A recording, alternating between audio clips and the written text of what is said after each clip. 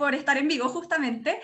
Les damos la bienvenida, agradecemos que nos acompañen en el Histórico TV, Facebook, a través de Facebook Live, una vez más con Nación con Región,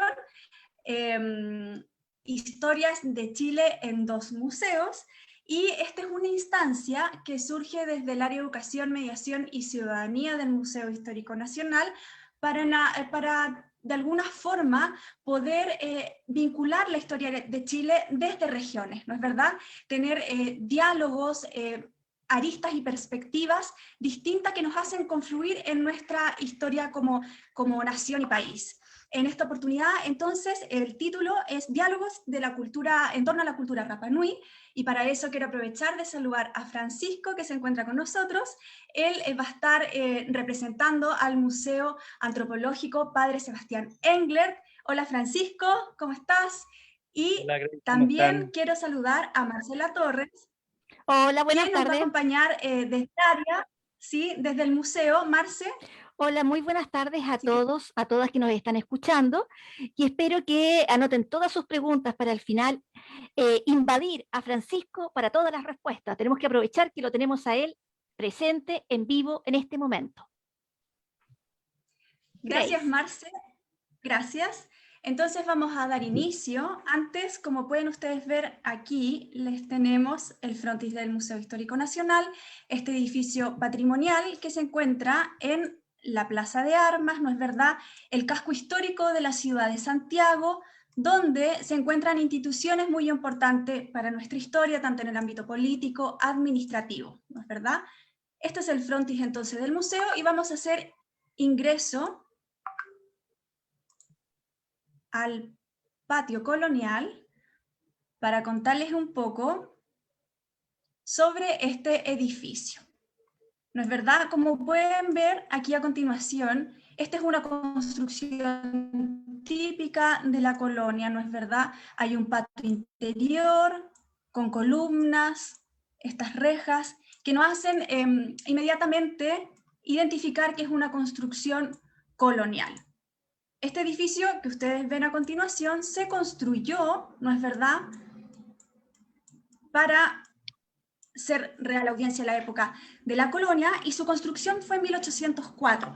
Algo importante a rescatar es que nosotros lo podemos ver hasta el día de hoy por 2 razones importantes. Primero tiene que ver con su construcción, que era esta mezcla de arena, agua, cal y clara de huevo, que lo hace tan resistente, ¿no es verdad? Y que nos permite poder disfrutarlo y poder tenerlo hasta el día de hoy. Y otro aspecto importante es que es un monumento nacional, por lo tanto queda resguardado a través del Estado, ¿no es verdad?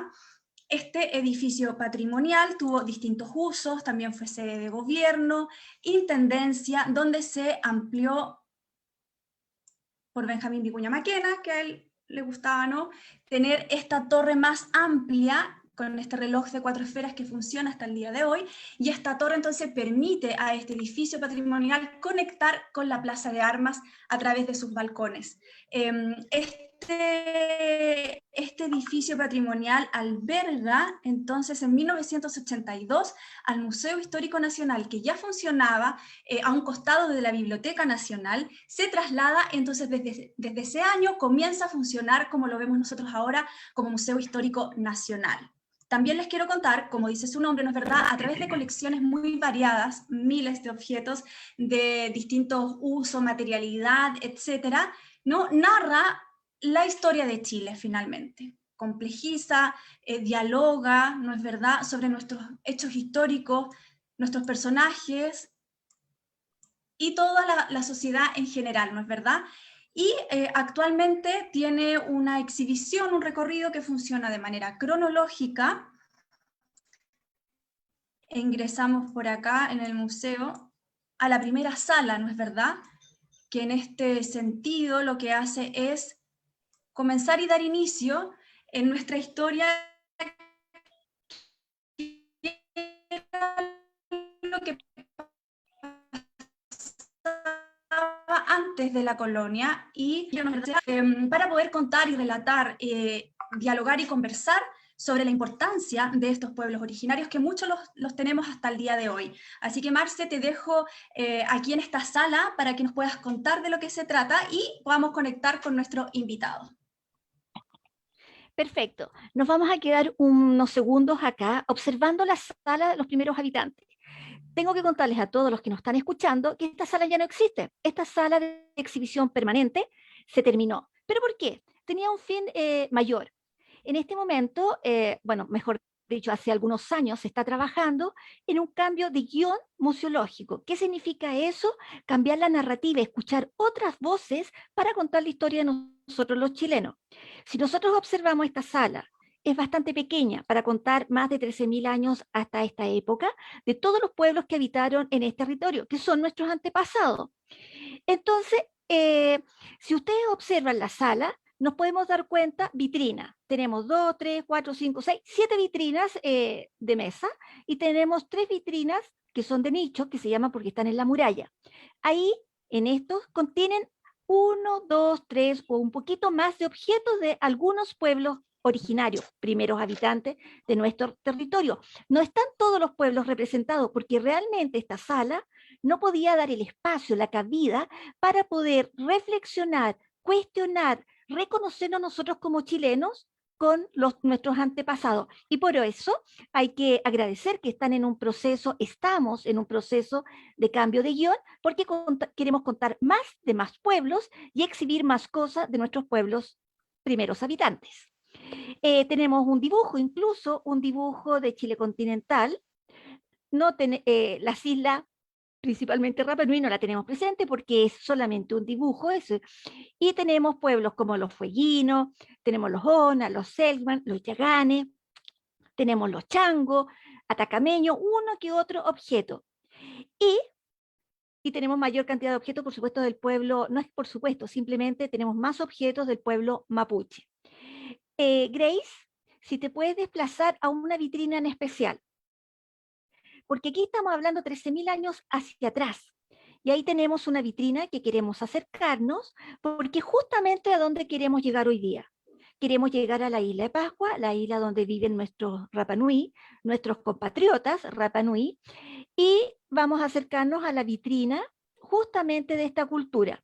Si ustedes observan, son muy pocos objetos los que están ahí presentes, y a través de esos pocos objetos, nosotros que somos los mediadores y el público en general, tenemos que intentar reflexionar, intentábamos en pasado, reflexionar, cuestionar, deleitarse de estos objetos porque nos hablan de otros y otras chilenas y pueblos originarios de que pertenecen, que somos todos pertenecientes a Chile.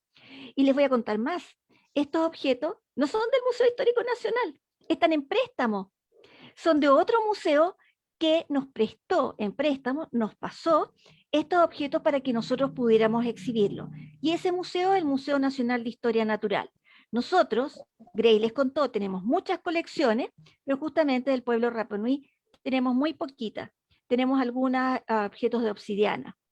Pero estos que están justamente presentados en este lugar no son nuestros, prestados del Servicio Nacional del Patrimonio Cultural, al cual nosotros pertenecemos, y también el Museo de Historia Natural.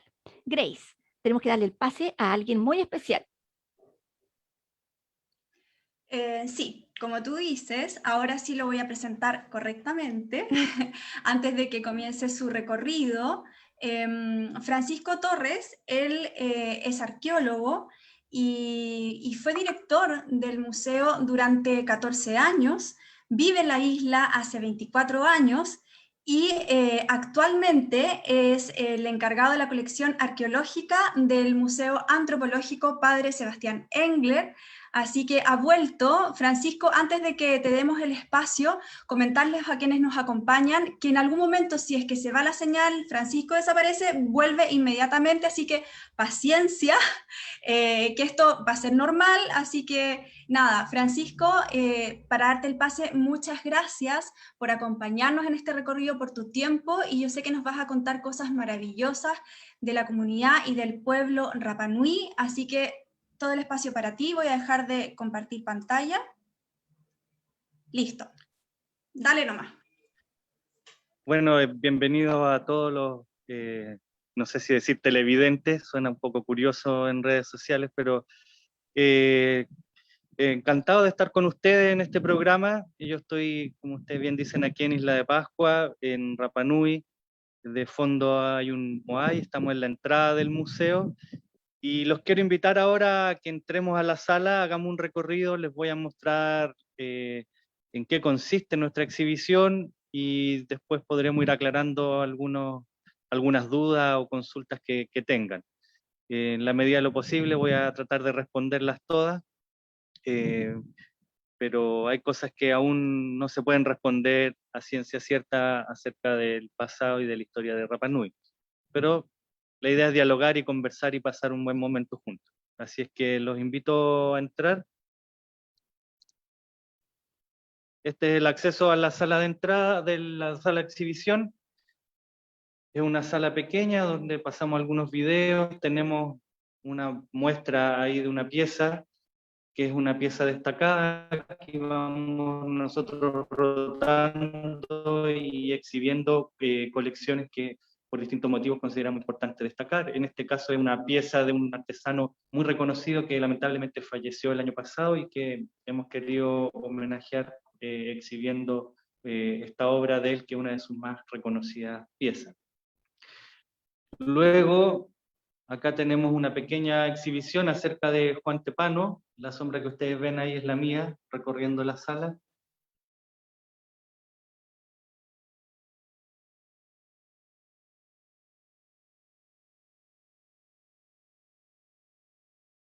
Él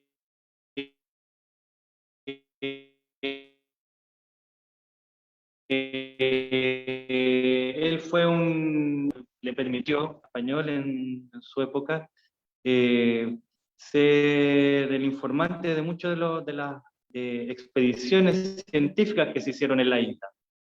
Así es que mucho de lo que hoy en día sabemos que uno puede acceder publicado, esa información proviene de Juan Tepano.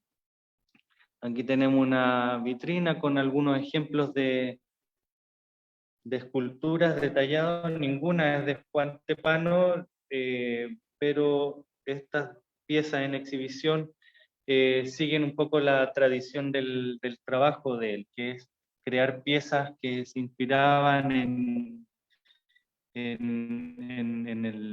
la tradición oral, en las historias, como esta figura femenina que es parte de un relato tradicional de la cultura Rapa Nui.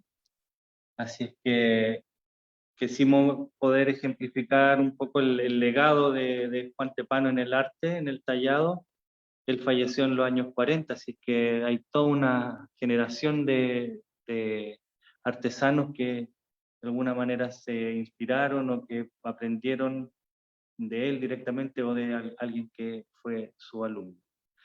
Así que aquí terminamos ya esta pequeña exhibición, en una sala que generalmente vamos rotando exhibiciones que aportan un poco más de conocimiento acerca de las personas e historias de la isla. Acá tenemos una cabeza de Moai hecha en un material que se llama escoria de color rojo. Es una piedra volcánica y es similar a en la que están hechos los pucaos o sombreros que todos conocen. Si la miramos de perfil es mucho más clara la cabeza. Ustedes pueden ver. Grace, Marcela, si tienen alguna duda, alguna consulta, pueden ir haciéndola. Aquí alcanzamos a ver también una vista panorámica del exterior del museo donde estábamos antes. Francisco, y bueno, acá, ¿sí?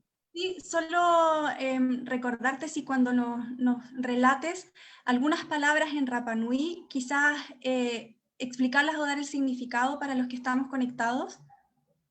Sí, Solo por eso. supuesto, sí, igual pienso que con la teleserie siempre olvido que a lo mejor la gente no conoce todos los términos, pero creo que con la gran cantidad de turistas que han llegado de Chile continental, hay bastante conocimiento de algunas de las palabras, como los moai, que son las esculturas en piedra, aju, que son las plataformas donde estaban los moai puestos sobre ellas, Y si hay alguna otra palabra y me la salto, ustedes me preguntan y yo hago la aclaración. Súper, creo que Esta es nombraste nuestra... tapu. ¿Perdón? El tapu, creo que nombraste. El No, sombrero. no, no dije. Ah, ya, ok. Pucao o sombrero, dije. Ah, eso, Pucao son perfecto. los sombreros que en realidad son moño. Pucao significa moño, eso es lo que está sobre las cabezas. Un moño no es un sombrero sobre los moai. Bueno, esta es la sala, vamos a comenzar el recorrido. Aquí nosotros vamos adentrándonos en el Pacífico hacia la isla. Los primeros paneles hablan acerca de la formación geológica y de las islas del Pacífico. La isla es volcánica, estamos en una región muy activa, estamos muy cerca de donde nace la placa de Nazca, y también desde donde nace la placa oceánica, digamos, del Pacífico, que va opuesta a la de Nazca. Nosotros no tenemos temblores porque no hay subducción, es decir, como vemos al final del recorrido, no se está metiendo la placa bajo el continente. Así que es una zona, a pesar de lo que a veces se avisa en las noticias, no tenemos temblores fuertes ni nada, por suerte, pero es una zona muy activa volcánicamente y esperemos que no hagan erupciones volcanes pronto. Así se han formado todas las islas, o la gran mayoría de las islas en el Pacífico, y eso es lo que nosotros narramos contamos en este panel. Hay básicamente unos 4 tipos de islas, y son todas de origen volcánico, pero los procesos que han seguido en su historia las van diferenciando. Luego tenemos este panel con un mapa del Pacífico, y ese triángulo que se ve al medio describe una zona geográfica, cultural, que ha sido definida como Polinesia. Seguramente muchos han escuchado ese término, significa muchas islas, simplemente, pero tiene una gracia, y es que dentro de ese triángulo, cuyos vértices son Rapa Nui en el este, Hawái en el norte, y Nueva Zelanda en el oeste, todas las islas que están dentro de ese espacio tienen características comunes, ya culturales. Y bueno, y también las poblaciones también son muy similares. Y eso es porque todos provienen de migraciones que comienzan probablemente en Taiwán. Eso se ha estudiado a través de la genética, de algunos sectores de Taiwán que se van adentrando en el Pacífico hace unos 2000 años atrás, antes de Cristo, y finalmente en la zona que se ve acá, donde dice Fiji, Tonga, pequeño aquí, desde esa zona eh, viene una migración posterior hacia el interior del Pacífico. Y esa es la cultura polinesia. Los moais son uno de esos pacíficos. Hay la escultura de figuras humanas, es característico, digamos, y en Polinesia es mucho más importante, y ustedes van a ver, si miran libros, fotos del Pacífico, van a darse cuenta que los moai no son únicos en cuanto a los conceptos, las ideas que contienen, sino que uno los ve en Tahití, en Hawái, en Nueva Zelanda. Hay también esculturas grandes con aspectos quizás levemente diferentes, pero que en definitiva simbolizan lo mismo. Ya vamos a ver más adelante a qué me refiero. Enseguida nosotros imaginen esto como un viaje, nos embarcamos ahora, y aquí explicamos qué tipo de embarcación y conocimientos tenía la gente como para haber conquistado un área geográfica que abarca prácticamente 1/3 de la superficie terrestre, como es el Océano Pacífico, y que los polinesios conquistaron muy tempranamente, mucho antes de lo que los navegantes europeos, incluso los vikingos, lograron hacer cruzando el Atlántico hasta América. Así es que Además, ellos no se encontraron con un continente, ellos encontraron pequeñas islas disgregadas en este océano, y que no es fácil, no es una tarea fácil. Y eso se debe a los conocimientos avanzados que tenían de navegación usando la estrella, además de otras pistas que encontraban en el océano, ya en el cielo, principalmente en las nubes. Acá tenemos en este panel algunos ejemplos de los tipos de embarcaciones que ellos utilizaron, que era el otro factor que permitió conquistar el Pacífico tan eficientemente. Ellos lograron construir embarcaciones que hoy en día conocemos como catamaranes, de doble casco, con velas que permitían ceñir, eso es decir, que podían navegar con vientos en contra, ir zigzagueando para aprovechar el viento y así poder avanzar en todas circunstancias, a diferencia de muchas de las embarcaciones más primitivas europeas que tenían que navegar con el viento de popa. Acá no, las embarcaciones podían navegar incluso con el viento en contra, y eso facilitó mucho la tarea de conquistar el Pacífico. Luego ya vamos llegando a la isla, y aquí hay un panel donde describimos someramente las fases culturales en las cuales se dividió la isla, el pasado de la isla. Hay tres principales: el periodo de colonización, que es un periodo que está abierto al debate y a la controversia aún respecto de qué fecha en qué fecha fue colonizada por primera vez, pero ahí también hay muchos más temas que siguen siendo interesantes para el debate, como por ejemplo si hubo una sola migración, cuál es el origen de la población, si hubo, si la gente siempre pregunta si había gente viviendo en la isla previo a la llegada de los polinesios, eh, etcétera. Es un tema que a nivel del Pacífico también se está estudiando mucho, que las migraciones, reevaluando las fechas de Carbón 14, los sitios, qué evidencia se encuentra de estas primeras poblaciones. No es fácil porque una primera población por lo general va a ser pequeña y las huellas que dejen no van a ser muchas.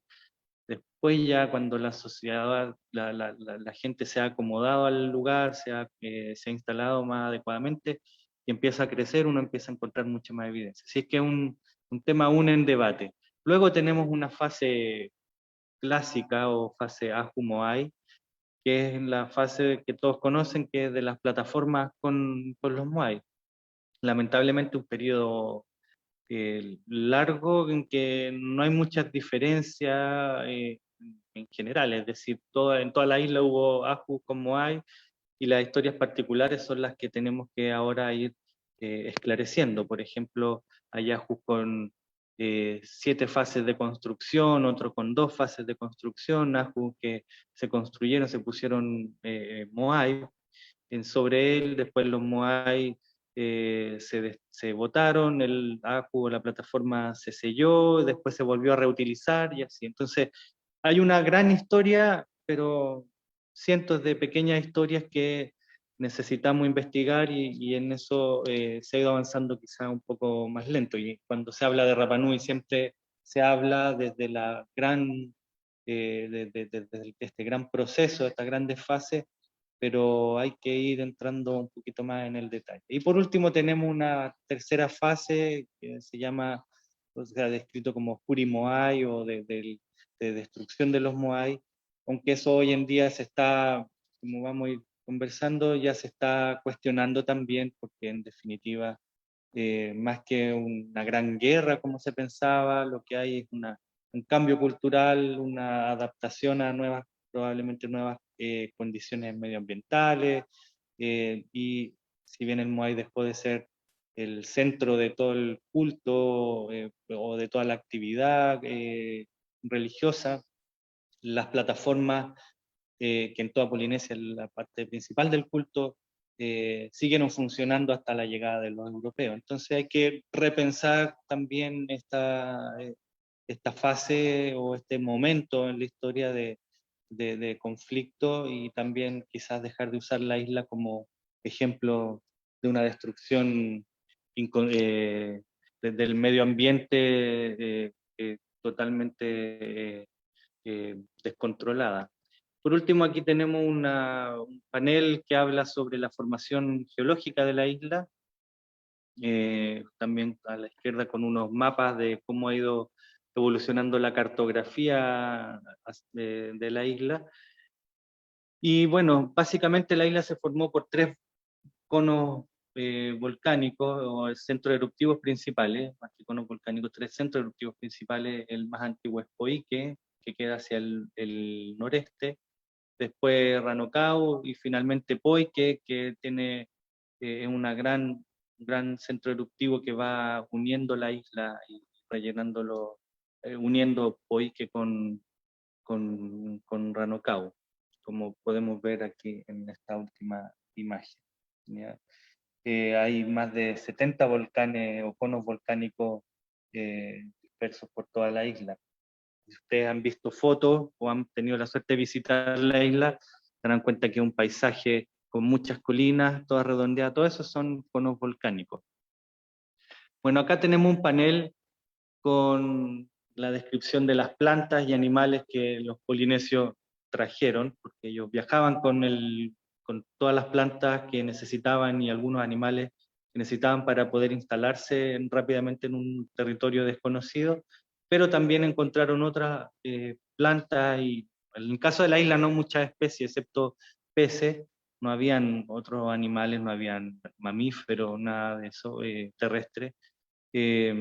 Así es que cuando llegan ellos se adaptan con las cosas que traen y también van aprendiendo y explorando y explotando el medio ambiente que están colonizando y aprendiendo de él.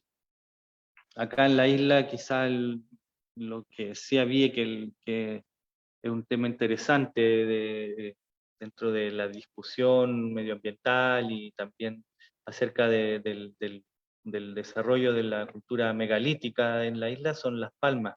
Es una palma muy similar a la palma chilena. No existen ya, se extinguió, pero se han conservado algunos de los poquitos de la palma que vemos ahí. Y algunos petroglifos como ese de ahí, raicilla, etcétera. Y bueno, eso hace suponer que de alguna forma llegaron desde el continente estas plantas en un periodo muy anterior a la llegada de los seres humanos, ¿ya? Pero ellos lo encuentran y explotan la madera de las palmas, o bueno, explotan las palmas hasta que desaparece.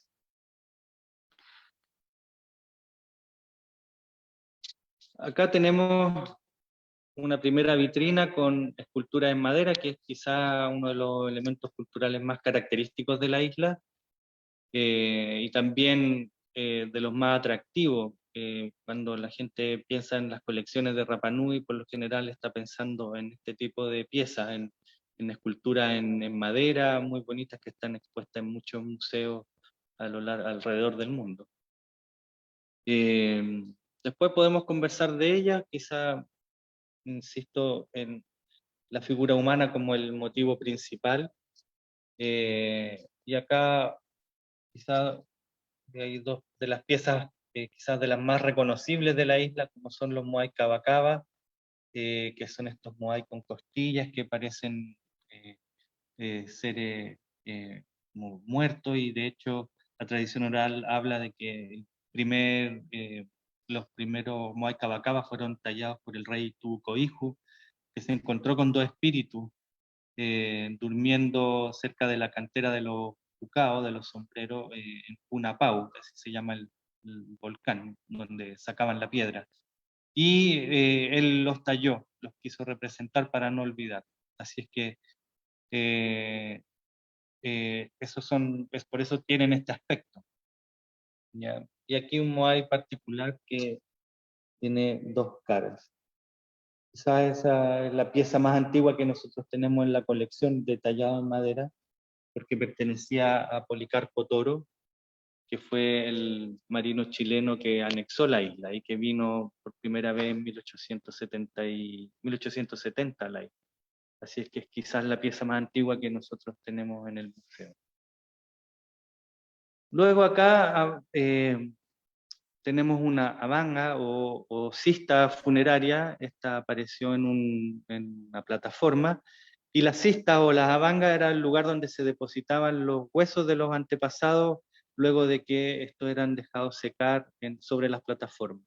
Esta era una práctica funeraria más bien tardía. Previamente se piensa que la gente, o existen, hay crematorios detrás de las plataformas, y era ahí donde los restos humanos se cremaban como práctica funeraria. Sin embargo, hay huesos enterrados en los pisos de algunas casas, en cuevas, que yo creo que hace falta también explorar un poco más el tema de las prácticas funerarias aquí en la isla, porque hasta ahora se sigue repitiendo esto y no se ha entrado mucho en detalle.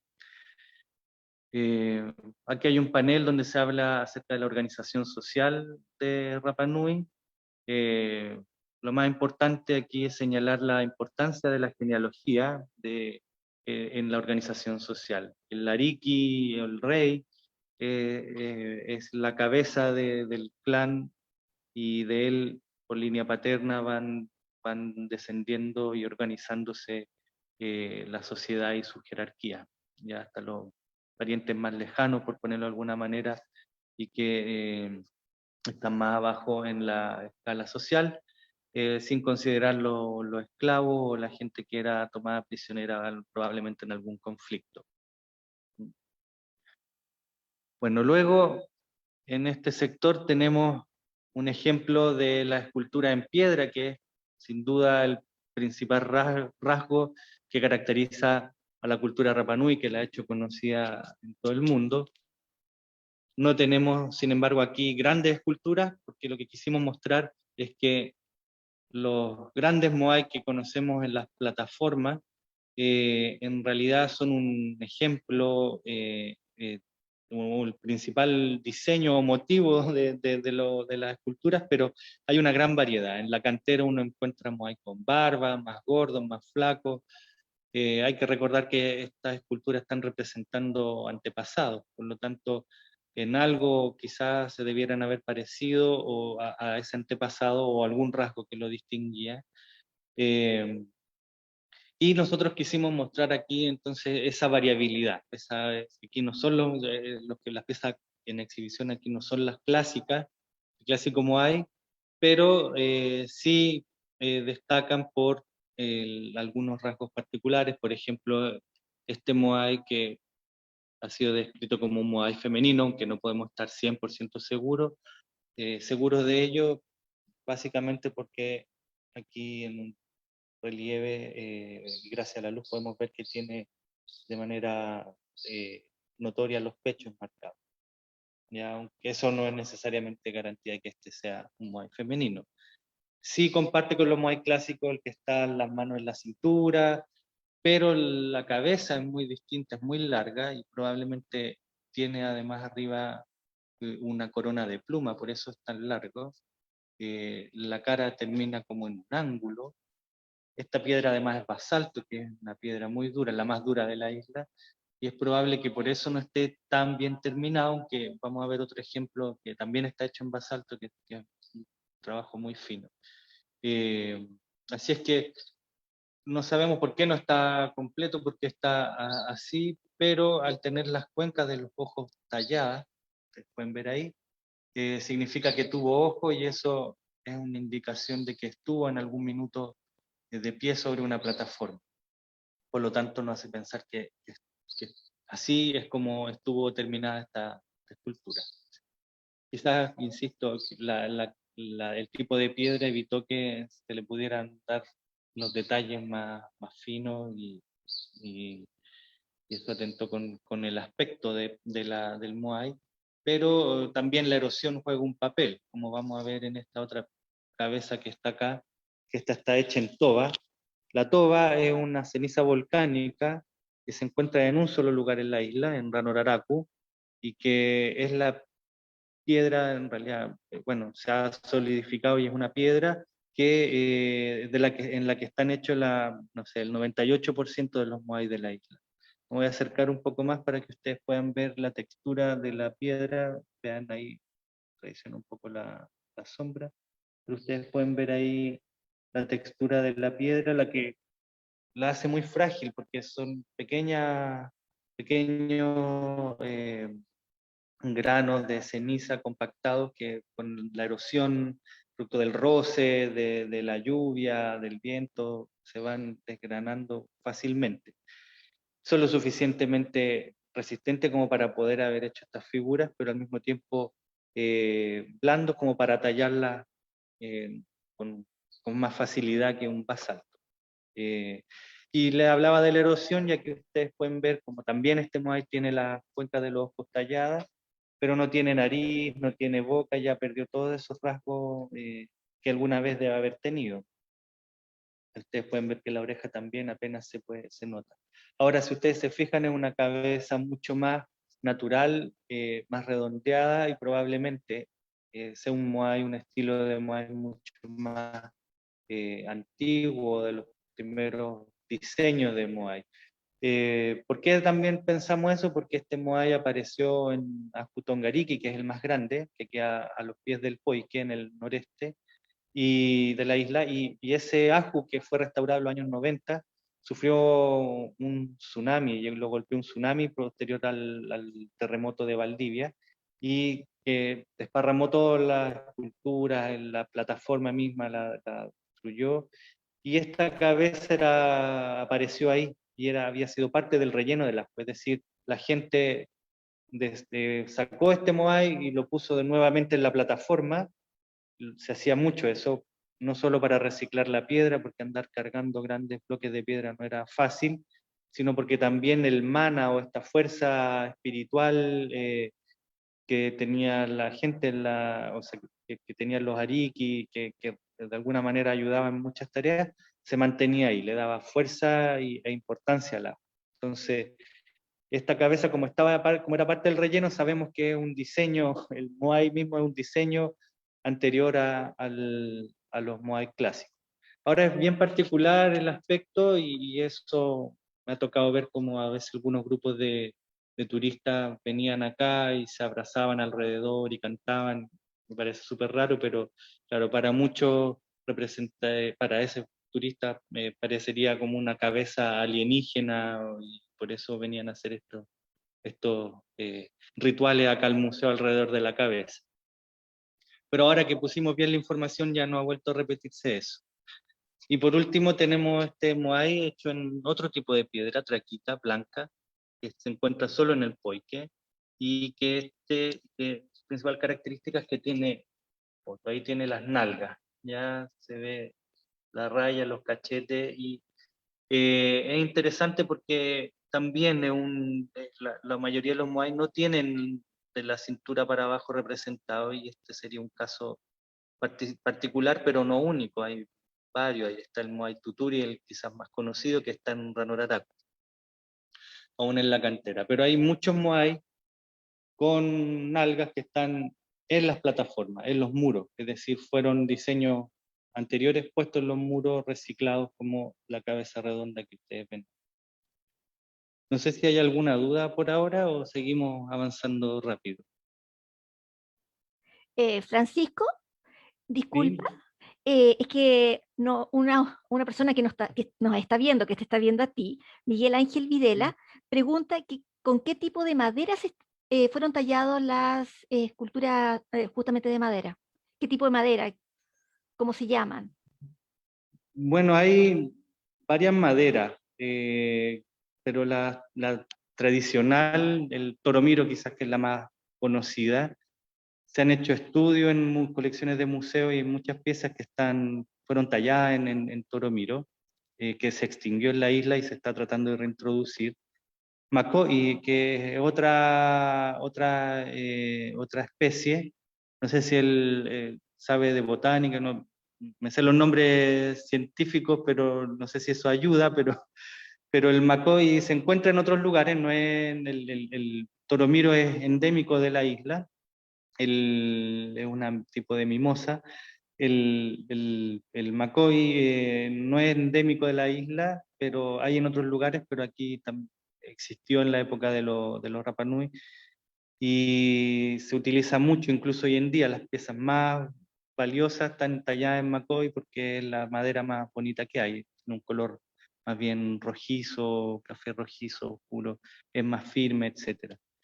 La madera que más se utiliza hoy en día es el Miro Tahiti, que es una que también se encuentra, una madera que también se encuentra en el continente, que es muy blanda, más fácil de tallar, etc. Pero hasta palto utilizan hoy en día para tallar. No es el caso de las piezas más antiguas. Básicamente, Macoy y Toromiro, que eran las maderas más leñosas que habían en la isla. Aquí tenemos la vitrina de las herramientas. Todo lo que ustedes están, todo lo que hemos hablado detallado se hizo con este tipo de herramientas. Tenemos, por ejemplo, los perforadores aquí en primer plano, hay hachas por acá, ahí hay hachas. Tenemos estos toquis o picotas de mano, que son las más toscas quizás, pero las más abundantes que se utilizaban en la cantera de Rano Raraku para tallar los moai. Y luego tenemos las azuelas, que son las azuelas y cinceles hechas en un basalto mucho más fino, y que eran mucho más trabajadas, pulidas, con filos mucho más aguzados, y que permitían tallar, bueno, en este caso cosas grandes, aunque aquí les voy a mostrar un ejemplo. Ahí tenemos algunos azuelas y cinceles hechos en obsidiana, y también en pequeños tamaños, en pequeño formato. Voy a pasar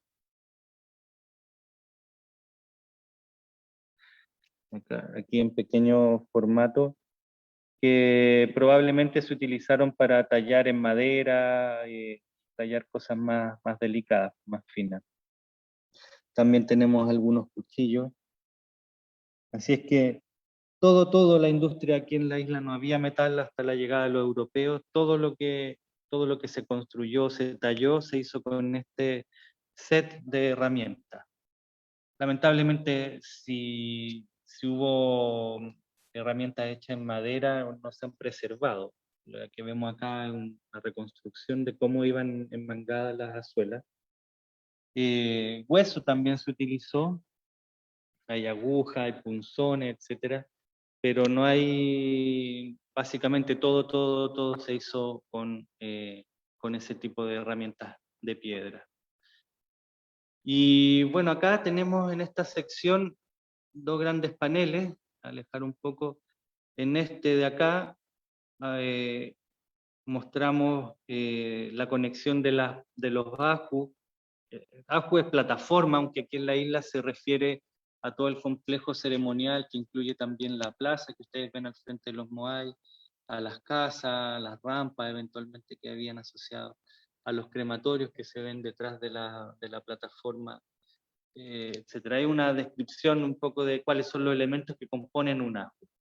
Ya, sin embargo, aquí a un costado pueden ver una plataforma, un AJU de un marae. Marae es el nombre que en general o habitualmente reciben en Polinesia, sobre todo central, los centros ceremoniales, pero que la plataforma que tienen, siempre tiene una plataforma, se llama AJU también. Es decir, el AJU es la plataforma en todos lados, pero en la isla se extendió el nombre a todo el centro. Y aquí en Umarae ustedes pueden ver cómo la idea de los Moai, la plataforma, no es exclusiva de acá, viene de otro lado, tiene una raíz cultural más antigua.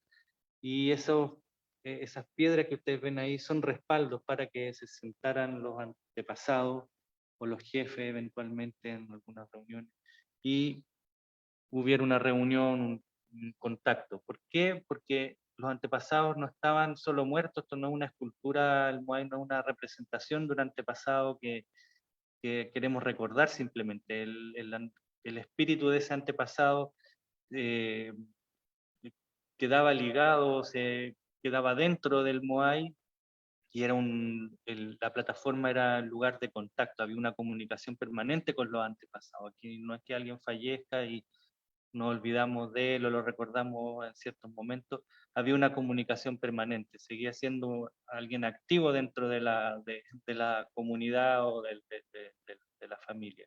Entonces las plataformas y los acus son los lugares de esos encuentros, donde se hacían estas ceremonias.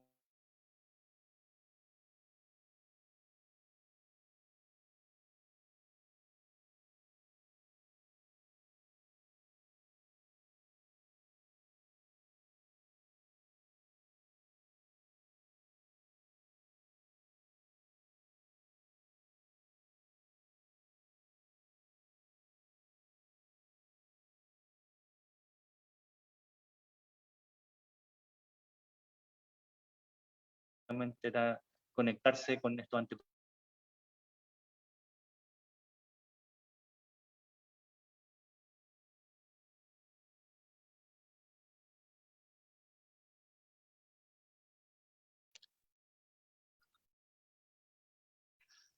¿Ahí están viendo ya? Y ahora, Francisco, puedes continuar. Ahora se Ahí ve la volví. imagen. Sí, ahí Ya, volviste. sí. Ya, entonces en este panel tenemos los pasos seguidos para tallar un gran moai en la cantera en Ranoraraku, que como les decía, es el único lugar donde existe la toba. Primero se esbozaba el lugar, se buscaba un nicho, después se tallaba, se iba tallando de a poco hasta darle la forma, y finalmente iban quedando, y todavía hay moai que están en las distintas fases de tallado. Así que sabemos que dejaron esta quilla, que era la unión a la roca madre, que después se iba tallando, era lo último que se tallaba para desprender luego la figura, hacerla descender y tallar la espalda, finalmente darle el último retoque y de ahí sacarla y llevarla hasta la plataforma. Ahora, ¿de qué manera? Bueno, aquí hay un ejemplo de la cantidad de ideas y teorías que han surgido, y no son todas, respecto del traslado de la escultura. Como bien dice Pavel en un librito, él es un ingeniero checo, hizo un librito con estas láminas. Finalmente todo va a depender del tamaño del moai. Moai hay de distintos tamaños, desde el moai más grande que nunca salió de la cantera, que mide cerca de 22 metros, hasta moai de 1 metro, 1 metro y medio. Ustedes también vieron acá, hay moai que no son tan grandes. Sin embargo, el desafío técnico lo pudieron resolver. No fueron extraterrestres los que movieron los moai, fue la gente, y se han hecho, todas estas teorías se han hecho y se han puesto en práctica con la misma comunidad. Algunas se han hecho acá, se han probado acá en la isla, otras en otros lugares.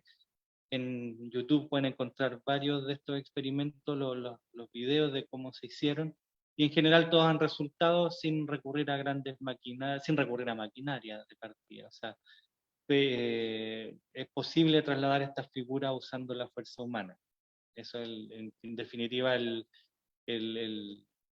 la respuesta que tenemos. Ahora, ¿cuál de todas ellas se utilizó? Bueno, no lo sabemos a ciencia cierta, pero podemos descartar que fueron los extraterrestres, no lo necesitamos en la ecuación. Eso quiero dejarlo bien claro. Acá tenemos otro ejemplo de moai, de un tallado que el que les mencionaba antes, que es una cabeza tallada en toba, y el rostro sí es un moai clásico, con orejas largas, un rostro más alargado, y que es muy fino y está hecho en toba, o sea, perdón, en basalto. Es un basalto vesicular, quizá eso ayudó a que se pudiera tallar con mayor facilidad. Es decir, basalto vesicular es un basalto que tiene estas vesículas o hoyitos, producto de que al enfriarse la roca tenía aire y van quedando estas porosidades. Quizá eso hizo que fuera más fácil de tallar que el otro basalto del moai femenino, pero de cualquier manera era un desafío grande y la calidad, el detalle es sorprendente. Bueno, acá tenemos una vitrina con artefactos de pesca, que quizá era uno de las, junto con la agricultura, eran los principales medios de subsistencia. Como les decía, no habían mamíferos, hasta ahora no hay evidencia de que hayan llegado cerdos ni perros acá a la isla, como ocurría en otros lugares de Polinesia, solo aves de corral, pollo, básicamente, y bueno, eso deja la pesca como uno de las principales actividades económicas de la isla.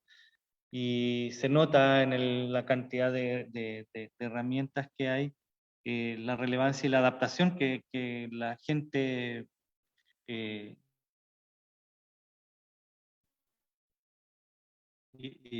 tuvo para poder. La isla no tiene mal, como en otros lugares de Polinesia, las embarcaciones, la madera en algún minuto no se pudo, ir a hacer muchas embarcaciones, aunque hay registros de navegantes que cuando llegan a la isla hay canoas, pero eran muy frágiles, por lo tanto no se podía hacer una pesca de alta mar. Así es que básicamente los recursos de pesca eran los que habían en la orilla, que se siguen utilizando hasta el día de hoy. Pozones, fosas en la costa, zonas costeras no más allá de 100 metros donde la gente iba a pescar, o también tirando redes. Aquí vemos un perecoreja, que es un artefacto para atrapar anguila, muy ingenioso, es como un guachi, es decir, un lazo y un palito, el palito de la izquierda donde se amarra la carnada, y cuando lo tiro hacia atrás, que la anguila sale de su escondite en la roca, se estrangula y ahí yo me llevo el coreja, como se llama acá la anguila, me la llevo para la casa. Una aguja para tejer redes, talismanes, una piedra con un petroglifo, un diseño de un pez tallado en ella, que era utilizada seguramente como un talismán para atraer más peces. Y aquí, bueno, algunas pesas de redes y fundamentalmente los anzuelos. Aquí vemos el proceso de tallado de anzuelos de piedra, que es un tipo de anzuelo único en Polinesia. En ningún otro lugar se han encontrado anzuelos de piedra. Sí, anzuelos de hueso, y acá no tenemos anzuelo ni de madera ni en concha, porque no, bueno, probablemente la madera no se preservó y la concha, los moluscos de la isla son no muy variados. En este caso, la cantidad de variedades de moluscos que hay. Acá tenemos una punta de arpón. La sombra molesta un poco. Voy a poner. Aquí tenemos un arpón, y esa punta de arpón es bien especial, apareció en Anaquena, pero es relevante porque se parece mucho a algunas cabezas de arpón que hay, perdón, lo siento, que existen en otras islas de Polinesia, como en las Islas Marquesas. Así es que en términos culturales nos permite ir encontrando vínculos con otros lugares de Polinesia. Finalmente, un ancla de piedra. Hasta el día de hoy la gente sale a pescar en los botes y agarran piedra y hacen un nudo, entonces tiran la piedra como ancla, y cuando se quieren mover sueltan el nudo y dejan la piedra abajo y se mueven. Y hay estudios submarinos que han mostrado los lugares llenos de piedra, gracias a los pescadores que han ido a sembrar piedras ahí al fondo marino. Así es que es un dato interesante cómo ciertas prácticas se han mantenido a lo largo del tiempo. En este caso, yo creo que la piedra la recuperaban porque tiene ahí para amarrarlo y todo, y bueno, está aquí en la colección. Acá tenemos en esta vitrina, tenemos,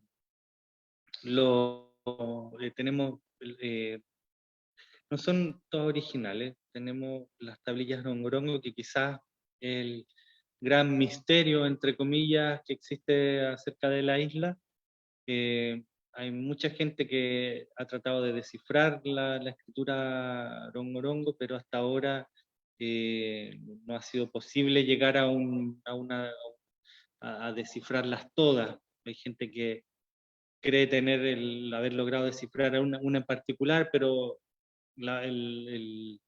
la forma en que la descifró no sirve para descifrar las otras. Entonces hay probablemente una gran variedad de ¿cómo decirlo?, de formas de escribir el Rongorongo que en realidad quizás no corresponden a un solo cuerpo ¿cómo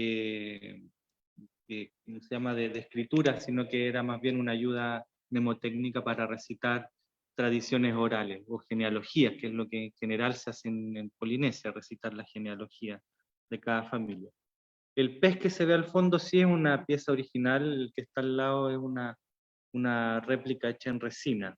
Sin embargo, la escritura que está, que está tallada en ese pez, grabada en ese pez, no es la clásica. Esa fue una pieza que se hizo para intercambiarlo, como la escritura rongorongo se hizo tan popular cuando llegaron los misioneros y todo el mundo quería tener una copia de esta escritura antigua, equivalente en su momento a los jeroglifos de Egipto, en términos del misterio que representaban. Rápidamente acá la gente empezó a tallar también como souvenir estos peces, hay varios en otras colecciones del mundo, con esta escritura que en realidad, al no tener la referencia visual de los diseños originales, la gente inventaba. Entonces tenemos unos diseños más geométricos y la verdad es que no son antiguos, son más bien modernos.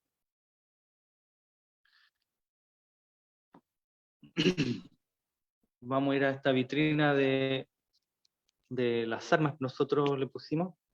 Tenemos un UA, que es un bastón para pelear, y Matá, que hoy en día también hay debate respecto de si son armas o son otro tipo de herramientas. Son muy abundantes y como la obsidiana se puede fechar, todas están alrededor del siglo XVII, comienzo del siglo XVII y XVI, XVII, ¿ya?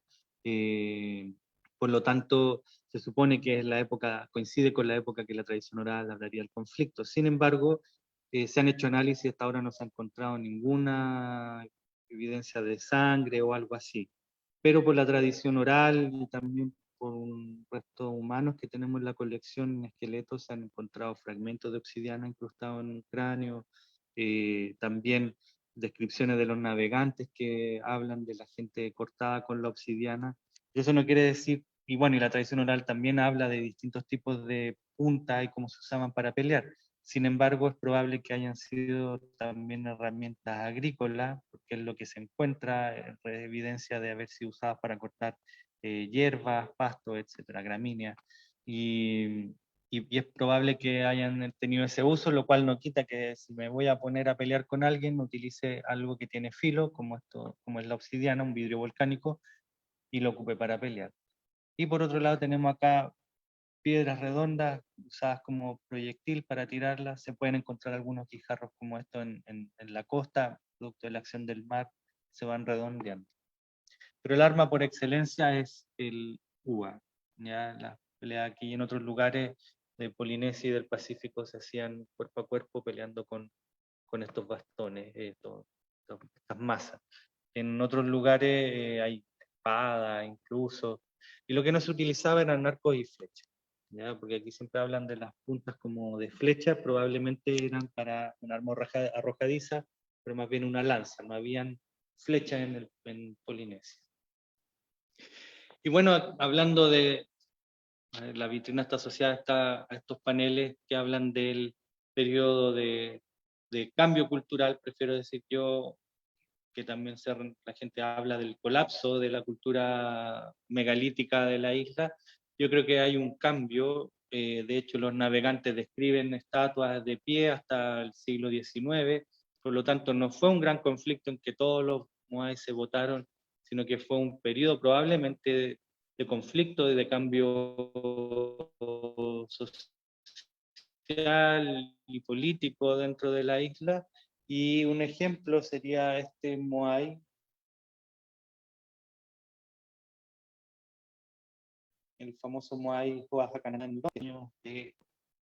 Orongo es la aldea ceremonial donde se realizaba este culto al hombre pájaro, que de acuerdo a la tradición era una ceremonia donde quien lograba conseguir el primer huevo del las aves migratorias, primero un macoje o pájaro fragata, y después un gaviotín pascuense o manutara, era declarado hombre pájaro y ostentaba gran mana y poder, al menos por un año en la isla, y el clan obviamente gozaba de muchos privilegios. Era un culto, una ceremonia asociada a la fertilidad, a la primavera.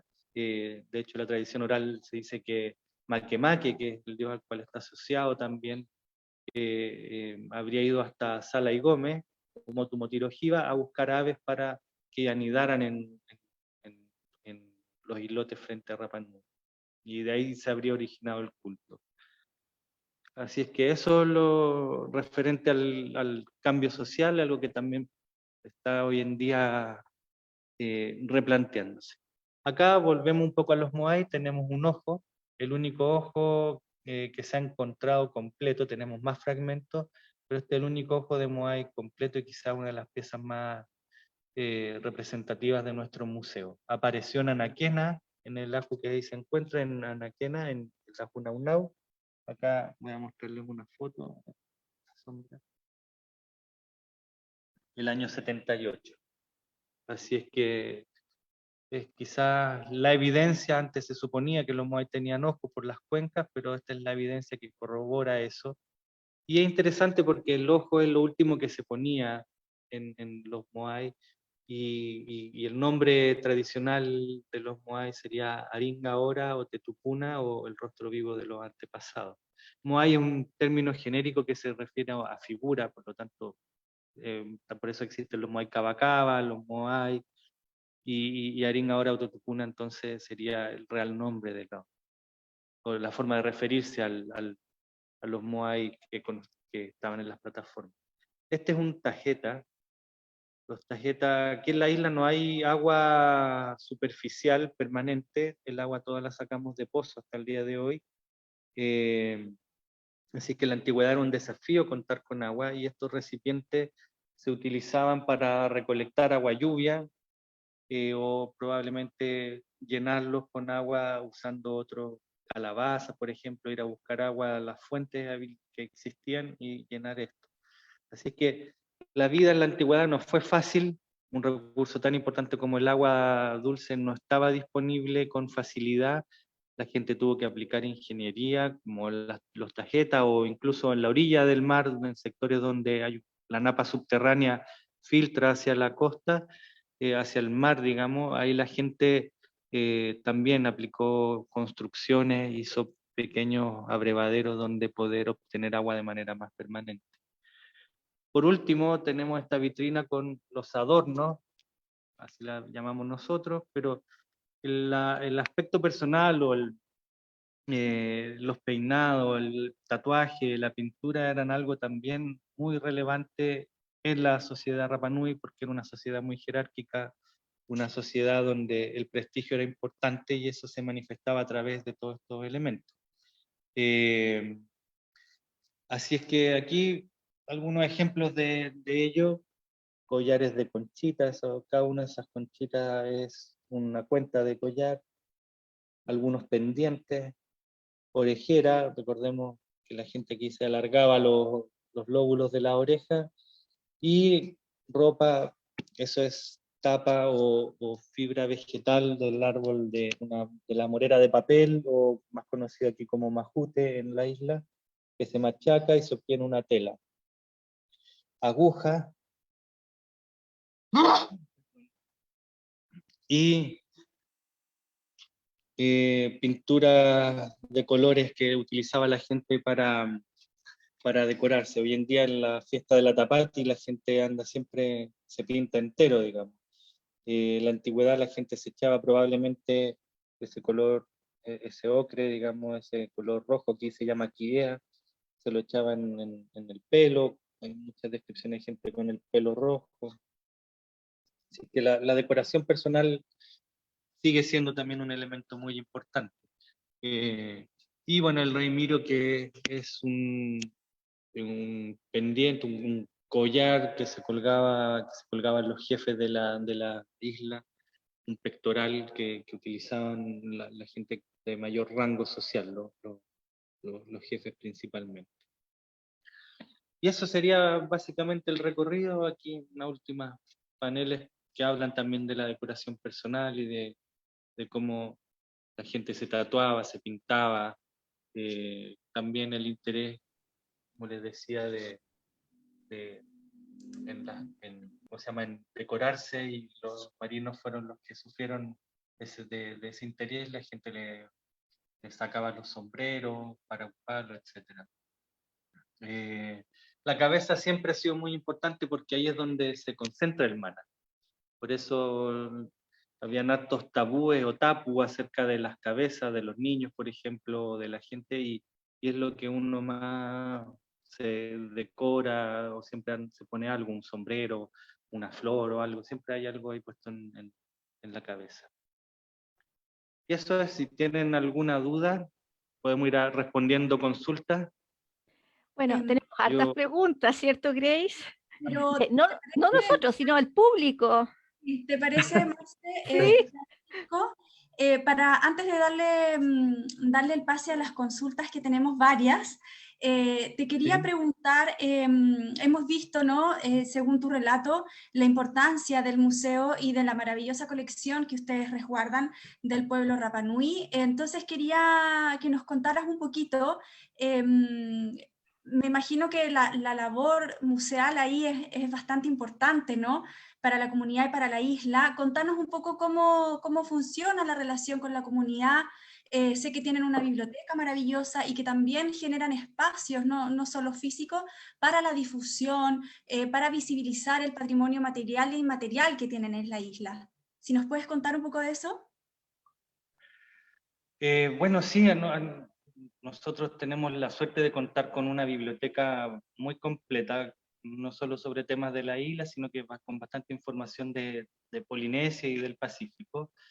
Esa biblioteca era la biblioteca personal de William Malloy, el arqueólogo norteamericano que junto a Gonzalo Figueroa comenzó el plan de restauraciones de la isla, de las grandes plataformas.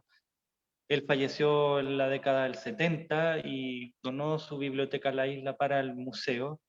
Se pudo eso materializar recién el año 2002, y luego de eso la biblioteca ha ido creciendo y creciendo cada vez más gente ha donado sus colecciones de libros, fotografía, música, audio, así que tenemos una colección muy completa, y especialmente por el tema de la fotografía, la biblioteca se ha transformado en un punto de interés para la comunidad, porque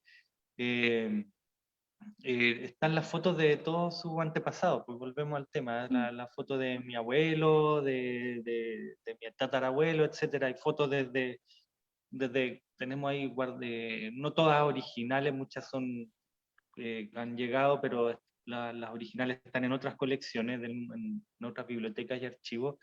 Pero hay fotos desde el siglo XIX, entonces hay fotos muy antiguas de gente de Rapa Nui muy antigua que son los fundadores de las familias de hoy. Entonces, ahí hay una historia muy bonita que contar y que la gente aprecia mucho, por eso vienen harto a ver la biblioteca, la colección fotográfica en la biblioteca.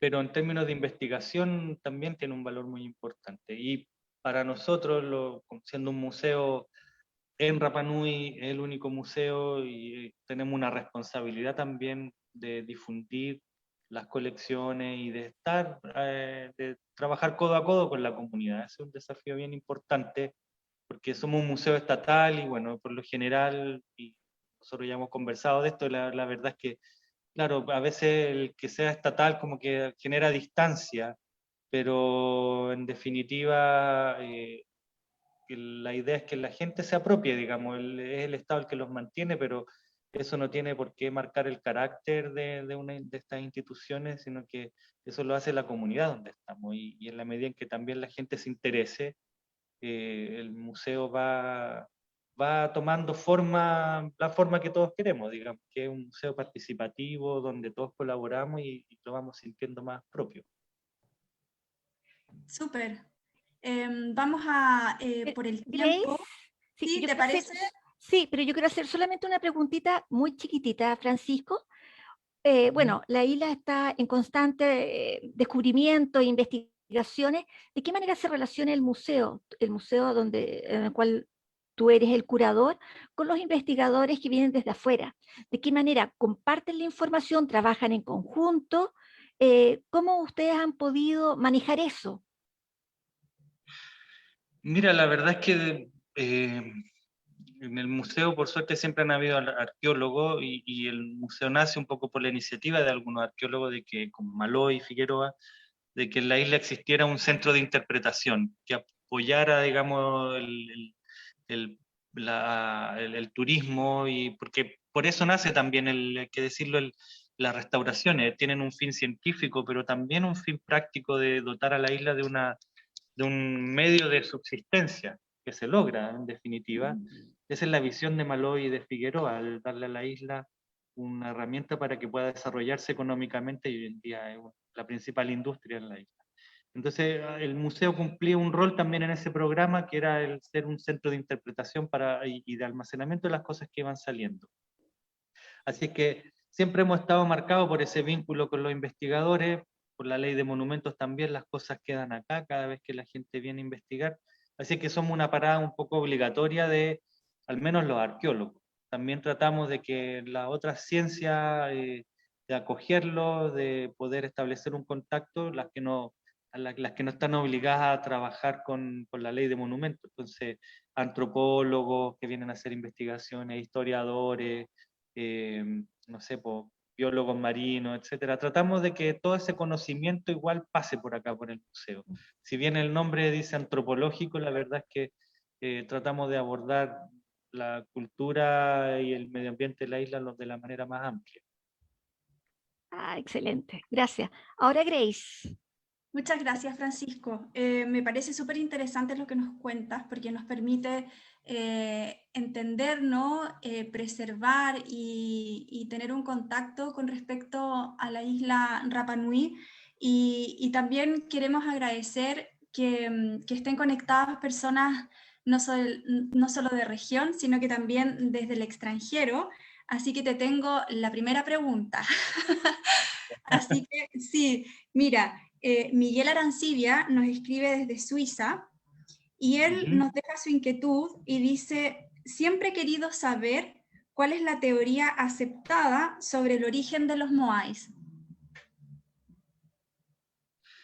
Bueno, existe consenso de que los Moai representan a los ancestros, a los antepasados, que no es una idea que surja acá en la isla, sino que viene de más atrás, de todos aquellos. O sea, podemos irnos atrás, hasta probablemente Taiwán, y quizás incluso antes en el tiempo. Es una idea que viene de atrás. Como les decía, la genealogía, el ariki, saber quién es mi papá, quién es mi primo, y me ayuda a orientarme en la sociedad, en cuál es mi posición dentro de la sociedad. Por lo tanto, el tener un linaje visible a través de una escultura y con el cual además yo me puedo conectar y dialogar es fundamental. Entonces, en general no existe mucho debate respecto de dónde viene la idea, algo que está ahí, quizá habría que ir mucho más atrás en el tiempo, tratar de explicar por qué. A mí me parece que tiene cierta lógica el que sean esta idea o la relevancia de la genealogía como eje de la organización social con la representación de los antepasados y los ancestros. Ahora, ¿por qué acá en la isla se desarrollan esculturas en piedra tan grandes? Probablemente porque era el material que había. En otras islas las esculturas fueron hechas en madera, donde tenían grandes troncos y pudieron tallarlo. No podemos descartar que aquí hubieran hecho esculturas grandes en madera mientras pudieron y que hoy en día no se han preservado. Yo he tenido la suerte de trabajar en las Islas Cook, y allá, producto de la colonización y de la evangelización, todas esas esculturas que eran de madera se quemaron y no queda ni una. La situación allá en términos de preservación de ese patrimonio es bastante más dramática. Entonces, aquí hay que dar gracias que se preservó todo porque era en piedra, pero en otros lados, si bien existía la misma idea con estos grandes tiki, grandes esculturas de hasta 5 metros en madera. Acá, bueno, fueron hechas en piedra. No sé si aclaro la respuesta, o sea, la pregunta, pero por ahí va la respuesta. No existe mucha duda respecto de dónde viene la idea. Bueno, tenemos otra de Macarena García, que pregunta por las láminas. Tú estabas hablando justo de unas láminas de alguien que hizo un libro para mostrar cómo bajaban los moai. Sí, Entonces pareciera que esa es la pregunta. ¿Cuál es el nombre del autor para ella, la persona buscarlo? se llama Pavel Pavel. ¿Pavel, Pavel? Sí, él es un ingeniero checo que en algún minuto se le ocurrió una nueva forma de trasladar los moai, una teoría alternativa en los años 80. Habló con Thor Heyerdahl, que es este navegante o explorador que todos probablemente vieron la película Kon Tiki no hace mucho, que trató de demostrar de los contactos de América con Polinesia. Él vino después en los años 55-56 a investigar acá. Bueno, ellos se pusieron en contacto y vinieron en los años 80 a probar la teoría de Pavel Pavel del traslado de los Moai. Así que está, pero lamentablemente si quieren pueden conectarse a través del sitio web del museo, de las redes sociales del museo, en Facebook, Museo Rapa Nui, en general así nos van a encontrar en todos lados, porque en realidad no es un libro propiamente tal, él tiene otras publicaciones, pero el libro que yo he citado donde están las láminas es más bien casi una fotocopia, una cosa bien artesanal que se hizo y no creo que lo pueda encontrar. Se llama The Easter Island Mystery Solved en inglés, misterio resuelto en inglés, pero son unas láminas, así que si se contacta es más fácil, si le interesa verlo, que es más fácil que se contacte con nosotros. Gracias. Grace. Gracias, Francisco. Sí, Ah, creo sí. que vamos a esperar un poquito. No sé si nos escucha, Francisco. Sí, perfecto.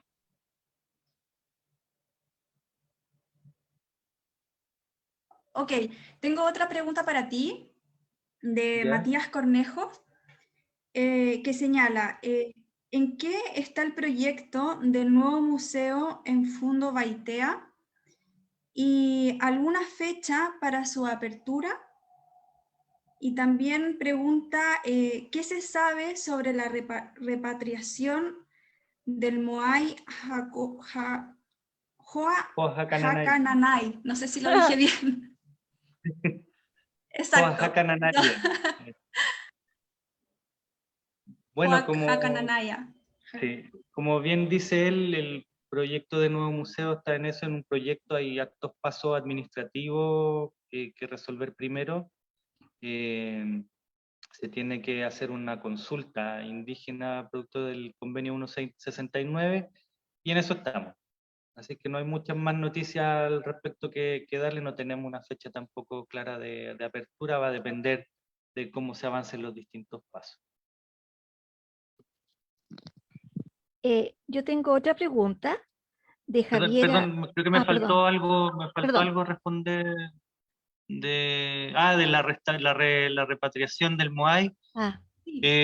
Bueno, eso tuvo mucho impulso en un comienzo, pero la verdad es que vino gente ya de Inglaterra, etcétera, pero hay unos temas más bien administrativos también complejos de resolver respecto para el propio museo de entregarlo, porque eso requeriría que, ¿cómo explicarlo? Las colecciones del British Museum son como el caso de las colecciones arqueológicas en Chile, son patrimonio del Estado. Entonces, sacarlo significaría que tiene que pasar por el Parlamento británico el poder desafectar el Moai para que puedan devolverlo. Esa es una de las primeras trabas. Y la verdad es que nosotros, al menos como institución, nos hemos enfocado en otras líneas. Nosotros apoyamos los procesos de repatriación sin duda, pero desconozco qué otras gestiones se estén haciendo en este minuto al respecto. ya, gracias. Ahora yo tengo una de Javiera Mailán González. Dice, ¿es verdad que no había cerámica en Rapa Nui antes del siglo XIX? Eso. Vamos pregunta por pregunta. Sí. Sí, es verdad, la cultura polinesia no tuvo cerámica, pese a que la cultura previa o la que da origen a la cultura polinesia que había en la zona de Tonga, Samoa, sí tuvo cerámica, pero por alguna razón se dejó de hacer cerámica y esas poblaciones se internaron en el Pacífico. Yo leí por ahí que puede ser que se haya encontrado cerámica en las Islas Marquesas, que sería como el punto de llegada de estos primeros migrantes, pero la verdad es que en definitiva no es una cultura que se caracterice por la cerámica. En algún minuto la perdieron muy temprano como cultura polinesia. Gracias, Francisco. Marce, no sé si pregunto yo. Ah, disparas tú y disparo yo. Bueno, tú, vamos a hacer una y una. Ya, otra pregunta, Francisco. Encuentro que esta pregunta es muy linda. Así que Javiera, la misma chica de recién, nos pregunta, ¿las mujeres pueden tener maná también? Sí, una pregunta a nivel personal, yo creo que sí, hay muchas que tienen mucho, pero sí, la verdad es que yo creo que, a ver, en la antigüedad efectivamente, a ver, lo tradicional es como la línea paterna, lo cual no quiere decir que no hayan habido mujeres relevantes, qué sé yo. Como ocurre con muchas historias, como que esa parte a veces se olvida. Sin embargo, podemos hablar del Moai femenino que les mostraba yo, que ha sido apodado Abaraipúa, y Abaraipúa era la hermana de Jotumatúa, que venía con él en el viaje también, y tuvieron una suerte de competencia por quién llegaba primero y desembarcaba primero, lo cual la habría convertido en ella a la reina indiscutible de la isla. Así es que el mana sí las mujeres pueden tener sin duda y en esta concepción, porque finalmente si es la primogénita, ella tiene mana. Y la invito a ver una película, no sé si a lo mejor ella la vio, que se llama Jinete de Ballena, una película neozelandesa que habla precisamente de este tema en tiempos más actuales. Es muy bonita la película y se la recomiendo. De verdad que es muy, muy bonita. Jinete de Ballena. Y así es que sí, en el fondo el mana es algo que se transmite de alguna manera por primogenitura o por linaje, pero también el mana se refleja en las habilidades, en mis capacidades, por ejemplo, como pescador, como tallador, etcétera. Así es que es probable que, claro, si había alguien que era buena en algo, una mujer muy buena en algo, eso hubiera sido visto también como mana. Ahora, sí hay una serie de tabúes, o existían una serie de tabúes, o tapu, como se dice en Rapa Nui, o en general en Polinesia, respecto de la mujer, sobre todo por el tema de la menstruación y todo eso. Entonces, cuando estaban menstruando no podían tocar las comidas, también tenían tatuajes en la mano para poder tocar las comidas y eliminar ese mana negativo, digamos, esa fuerza, digamos, más negativa.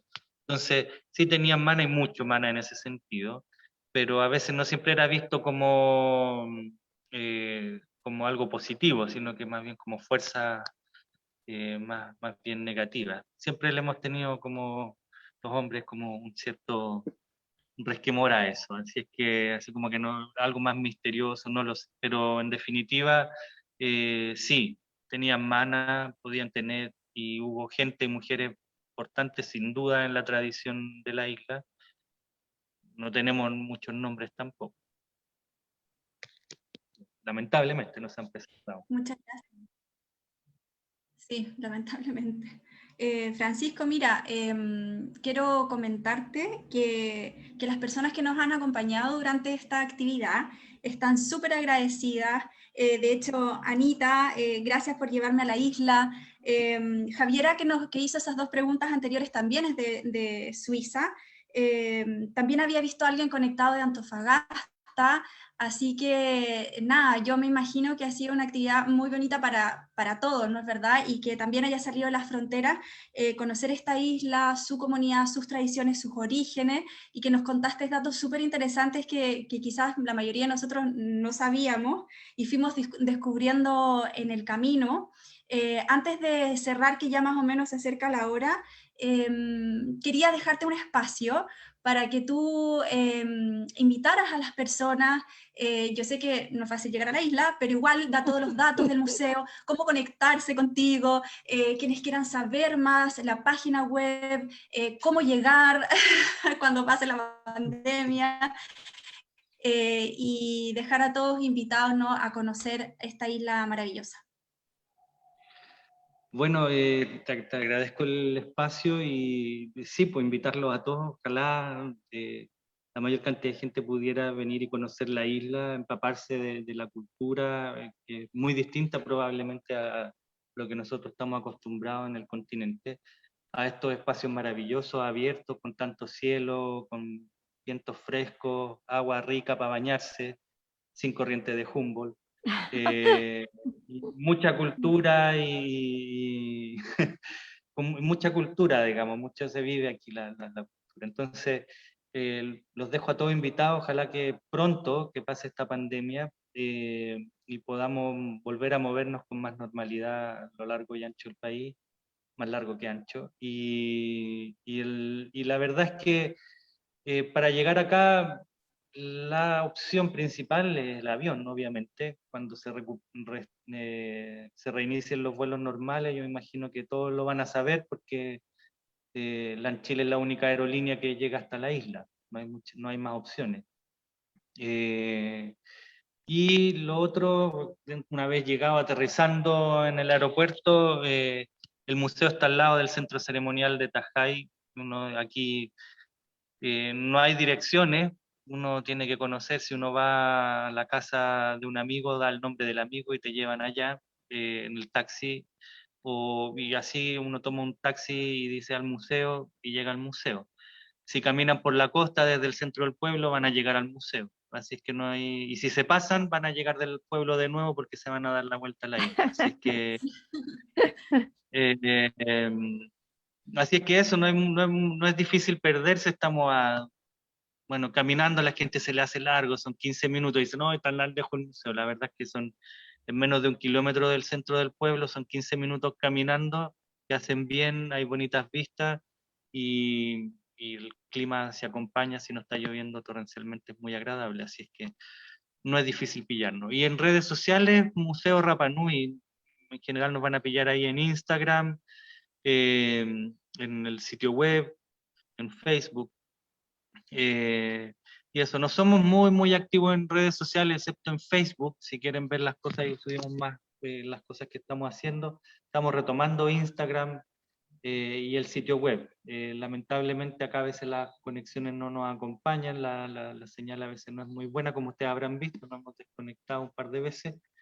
Entonces es algo y finalmente las redes sociales, la mayor parte de la gente está metida son de la isla, y cuando alguien necesita algo simplemente viene, más que no tiene mucho sentido lo virtual en algunos en esos aspectos. Así es que, pero si nos quieren seguir y escribir, ahí van a encontrar toda la información. Si quieren más información, no tienen más dudas, siempre estamos abiertos y ya no a responder. Muchas gracias, Francisco. Marce, ¿quieres Sí, también decir algunas palabras de cierre? sí, porque ha sido increíble poder viajar a Rapa Nui, que queda tan lejos del continente. Son aproximadamente 5 horas en avión. 5 horas, sí, son 3.700 kilómetros de distancia. Es, es bastante lejos. Entonces, hemos conocido, es distinto que tú nos hayas contado a que uno tome un libro y lo lea. Eh, Porque en el fondo tú estás hablando de la cultura Rapa Nui desde ahí mismo. Entonces ha sido muy grato. Y también contarle a todo el mundo que esto va a quedar subido en la página, esto puede ser nuevamente visitado por todas las personas en la página del museo. Y agradecerte a ti, que nos dijiste al tiro que bueno, a la Grace y a mí, ya vamos nomás, hagamos el en vivo, sabiendo que hay problemas de conectividad, que se podía caer, pero muchas gracias por habernos acogido y haber querido mostrar tu museo a través del Museo Histórico Nacional. Y todas las personas están invitadas a Rapa Nui y nosotros también. Bien. Sí, todos invitados. Y en directo acá, muy entretenido, podemos mostrar otras cosas. Sí, absolutamente. Genial. Absolutamente. Sí, oye, Francisco, yo me sumo a las palabras de agradecimiento de la Marcela. Muchas gracias por tu tiempo, por tu disposición. Disfrutamos mucho la visita y también queremos hacer un llamado, así como te pedimos difundir, ¿no? y contar sobre el museo, a conocer la isla de manera respetuosa, de manera genuina, pensando en la riqueza humana que uno obtiene viajando y sobre todo yendo como a pueblos originarios que tienen milenaria historia, ¿no es verdad? Y siguiendo, por supuesto, todos los reglamentos que requiere para conservar y preservar esta isla. Así que nada, nos vamos felices y contentos todos y los dejamos invitados también a que nos sigan en nuestras redes sociales, ingresen a la página web del museo, ahí encuentran la programación, vamos a tener muchos más Facebook Live, tenemos también visitas cerradas, ¿no es verdad?, donde ustedes pueden escribir educativo@mhn.gov.cl y ahí pueden agendar temáticas específicas que nosotros vamos difundiendo en estas programaciones, así que no se pierdan, para que sigamos conectados. Francisco, te mandamos un abrazo gigante a la distancia, ya llegaremos a la isla. Sí, vamos a ir a la isla. Sí, que estés muy Bueno, bien. pueden llegar en barco también, pero es un poco más largo el viaje y no siempre está garantizado el poder desembarcar, pero también una alternativa. Nos tiramos desde el Así barco, que, nadamos a exacto. la isla. Muchas gracias, que estén todos Oye, muy muchas bien, gracias. cuídense. Sí, hasta la próxima. Hasta la Chao. próxima, que estén muy bien. Chao, chao. Igual, adiós, muchas gracias.